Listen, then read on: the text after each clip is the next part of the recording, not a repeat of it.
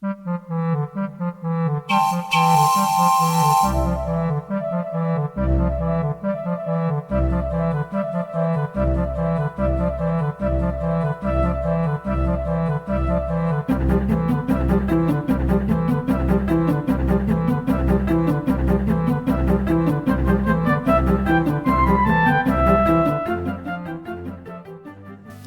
of York is Murton Park, home of the Yorkshire Museum of Farming. Adjacent to the museum is the only remaining station on the Derwent Valley Light Railway where trains still operate. On the weekend of the 20th and 21st of July 2013, the railway was on fête for a very special anniversary. Membership Secretary of the Derwent Valley Light Railway Society, Christine Bailey, explains what the event was all about. This is a very special event for the Derwent Valley Light Railway. We're celebrating our 100th anniversary. The railway was officially opened on the 19th of July 1913 with a blue ribbon cut by Lady Derrymore.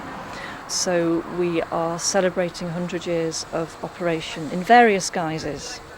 It's obviously a little bit different from when it originally started, the length of the line, etc. Absolutely, yes. The line was 16 miles long. It went from York Layerthorpe to Cliff Common on the Selby Market Wheaton line. Yes. Now, unfortunately, we only have half a mile left, which is within the bounds of the Yorkshire Museum of Farming.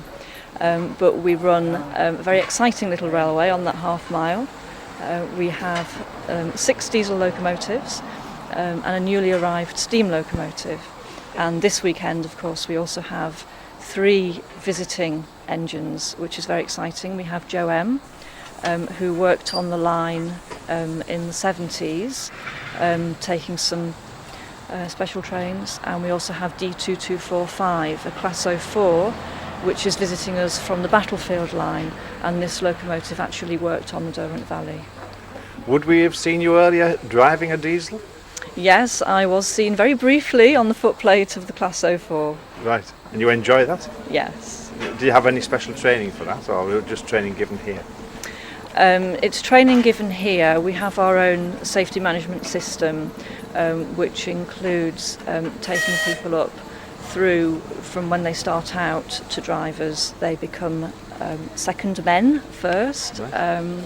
And need to watch and become used to the route, and then they progress to drivers after that, and they drive under supervision and can't drive a passenger train with passengers on it until they're fully passed out. So when did the railway become a preserved railway? When did it cease being a commercial railway? The line actually only ran passenger trains for a very few years early on in its history, and that was found not to be viable. So it was predominantly a freight line for many, many years. The last freight trains, as I remember, the line was closed in stages back from Cliff Common until there was only the line to Dunnington left, Dunnington to York Layerthorpe. And as I say, it was mostly freight at that point. There were some attempts to revive it in the 70s with some enthusiast specials with the support of the National Railway Museum, but that didn't manage to save the line. So it closed in 1981, finally. And that's when it became a preserved railway? No, there was about 10 years before the preservationists arrived. So it's quite recent then? It is quite recent, yeah. It was about 1989 when the first group of volunteers arrived. Right, and approximately how many members have you got? We've got about 90 members at the moment. 90, it's been increasing steadily recently, and we also have a very high proportion of working members, so people who will come down. We're all volunteers in the Railway Society. I've noticed 1 or 2 younger people, which is a nice thing, isn't it? That's very encouraging, yes, because I think that's one of the difficulties in railway preservation. That's right. That volunteers tend to be people who remember British Rail diesels on the main line, or even further back steam on the main line. Yes. But we're very fortunate in this railway. We do have some younger people. Thank you very much indeed for You're talking to us. very welcome. You're very welcome. Thank you for coming today, sharing in our exciting experience. Thank you.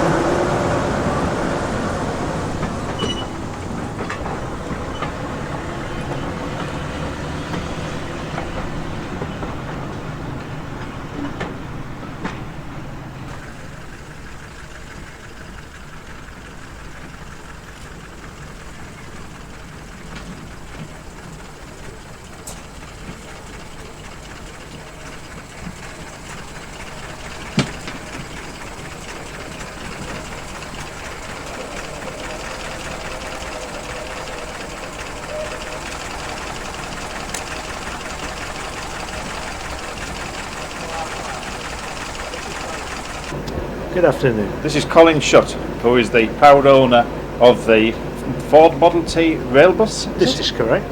Right. And when did you acquire this vehicle? I built it. You built it? Yes. Right from square one? Yes. Well, the underpinnings are all Model T ton truck, but I built the bodywork. Right. And made the rail wheels and made a new front axle and just odds and ends. So are you an engineer in your own right? Supposedly. So is it a hobby or Yes, it is. a business? Yeah. No, it's not. Right. And is that the only vehicle you've got of this type? They should run in pairs, back to back. Push-me-pull unit, and I'm in the process of building the other one to go on the other end, so it's a more authentic replica.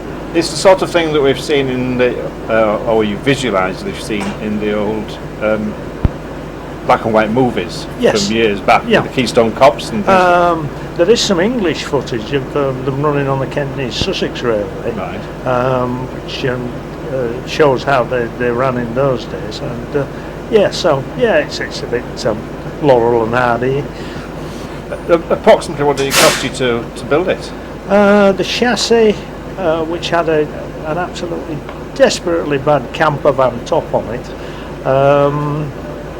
it was about £1,500, but the engine, the gearbox and everything else was working, with a bit of fiddling, so I couldn't save the camper van. Somebody had made a replica out of the chipboard, and the weather had got in, so it's absolutely rotted through, so unfortunately I just burnt it.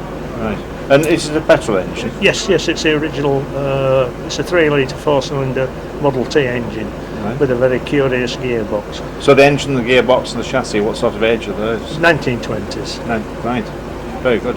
And are you involved with the railway here itself, apart from your rail bus? I've been coerced into being a member to get the insurance so I can bring my rail bus here to play. Right. One of the questions I've always wanted to ask, how do you get items like this onto the track? Obviously there's no crane here and there are big items to lift on. No, fortunately it's relatively light, it's about 2 tons, so I can transport it behind a 4-wheel drive vehicle on a conventional car trailer. Right. There's a piece of track that's laid at ground level, the sleepers are hidden and the tops of the rail are flush with the ground. So all you do is, depending which way you want to unload, you just roll it off the trailer. Hopefully everything's lined up and you just roll it onto the rails. Right. It was very, very interesting to see it. Very interesting day. Thank you very much indeed for talking to us about it. Okay. Thank you.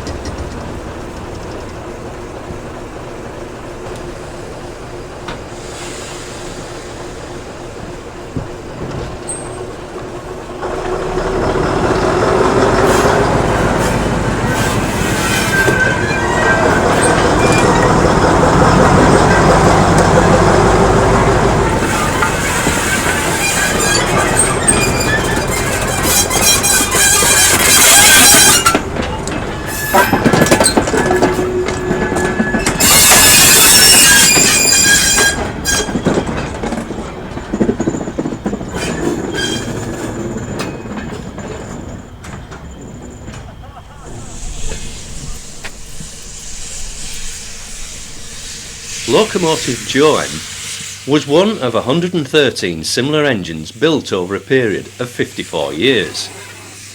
Designed by Wilson Worsdale for the North Eastern Railway, the E1 class locomotive was introduced in 1898. The first production run of 20 were to be followed by further batches right up to the 1920s. When the London and North Eastern Railway was formed, the chief engineer, Sir Nigel Gresley, reclassed the engines as J72s, and another 10 were built at Doncaster. Remarkably, Joem was built in 1951 to a British Railways order for 8 of these proven little shunting engines. This attractive 060 side tank locomotive is the only one of its class to survive. It was purchased for preservation by Mr. R. Ainsworth and in 1969 arrived at the Keighley and Worth Valley Railway. Here it was restored with its original North Eastern Railway livery and named Joem, this being taken from the owner's father Joseph and his mother Emmeline. Joem did see service on the Derwent Valley Railway in the late 1970s, but following the owner's death it was put into store at the National Railway Museum. It was not long before 69023 was purchased by the North Eastern Locomotive Preservation Group, and in the early 1980s it operated on the North Yorkshire Moors Railway. It was later overhauled and repainted to North Eastern Railway lined green, representing class types used in Newcastle and York in the early 1960s. Being small and easily transportable, Joem has visited many preserved railways throughout Britain, but its return to the Derwent Valley Railway metals was particularly poignant on this centenary weekend.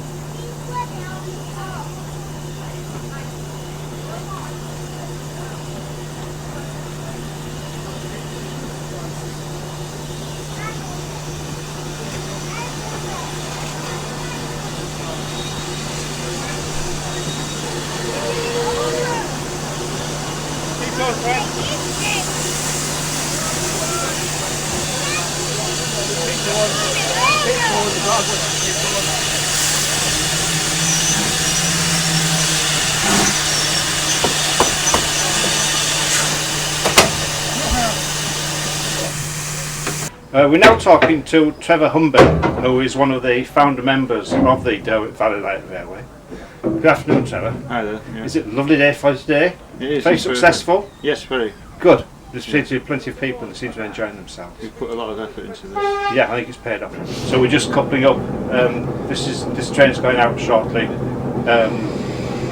with the passenger coach in which we're sitting.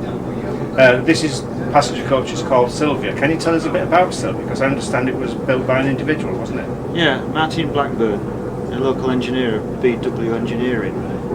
He actually bought an old wagon chassis and built a superstructure on top of the wagon. When did you do that? 2003 he finished building it. Right. It's very unusual, isn't it? It's unique. Yes, obviously, because he would have designed it and built it. Did he build it here, or He built it at his engineering works at Elvington.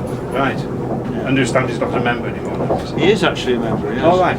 We haven't seen him for a while, but he is actually a member. Right. So, do you know how long it took him to build it? I think it took him about 5 or 6 years to build.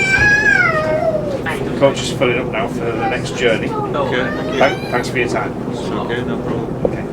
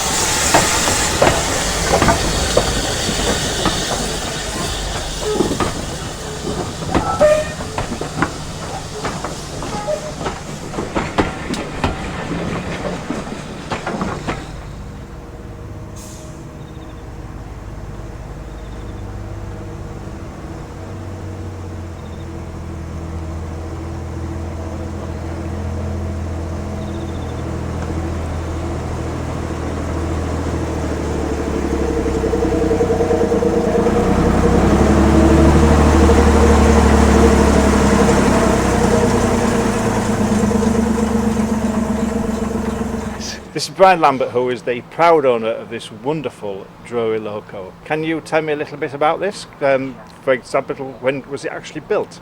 1956. Right. It went to BR. BR then withdrew the class in 1967 and sold the class to industry. Right. Luckily, this one and its sister was purchased by the Derwent Valley Railway, and it was basically untouched except for painting. Right. So it's still in its original condition when it came out of the Derwent Valley's use, and it was bought by the Battlefield Line in Leicestershire in 1978. Right, and you're the owner of it, are you? It belonged to the railway for some years, then it was sold to a member of the railway for extra finance for the railway. The loco then got slightly dilapidated and we bought it 2 years ago. Right. And done it up, and that is the condition of it today. It's a beautiful example, in excellent order. When its original use was just for general shunting? In Just for general shunting, exactly what it's doing today. Yeah. And can you tell me a little bit about the engine, the size of it? Obviously diesel. Is it diesel mechanical, diesel electric? It's a diesel mechanical. The engine is a Gardner 204 horsepower, 8-cylinder. Straightforward Gardner engine, 8DL. And how many gears does it have? It's got 4 gears and possibly a 5th gear if you've got really light load. It's got 5 gears, but the 5th gear is a really high one to get you up to 27.5 miles an hour flat out. That's the maximum speed. That's the maximum speed. Yeah. But presumably most of the time they didn't do more most than of 10 miles an hour. Precisely, between 10 and 20. 5th gear, it hasn't got a lot of humph behind it to really get things moving if there's a load on the back. Is it an expensive item to maintain? It's like everything else, it's TLC. The more TLC you give it, the less expensive it is. Right. Well, it's been nice talking to you about it. You obviously enjoy it. You've looked at it extremely well and it's in fine order. Thank you very much for your time. Thank you for looking at it. Thank you. Thanks, bye. Right, bye.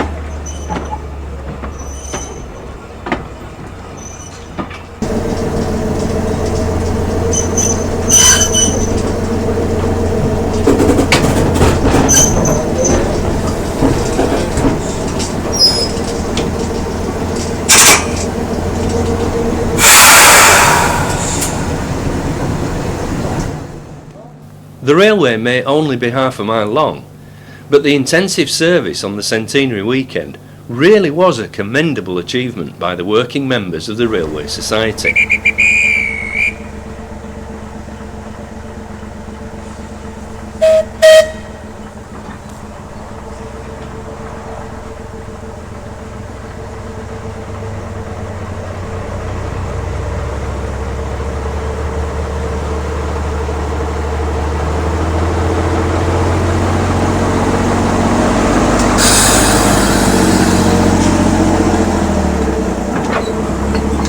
As the last train of the day departs, we must congratulate the Derwent Valley Light Railway Society for a job well done, and long may it prosper.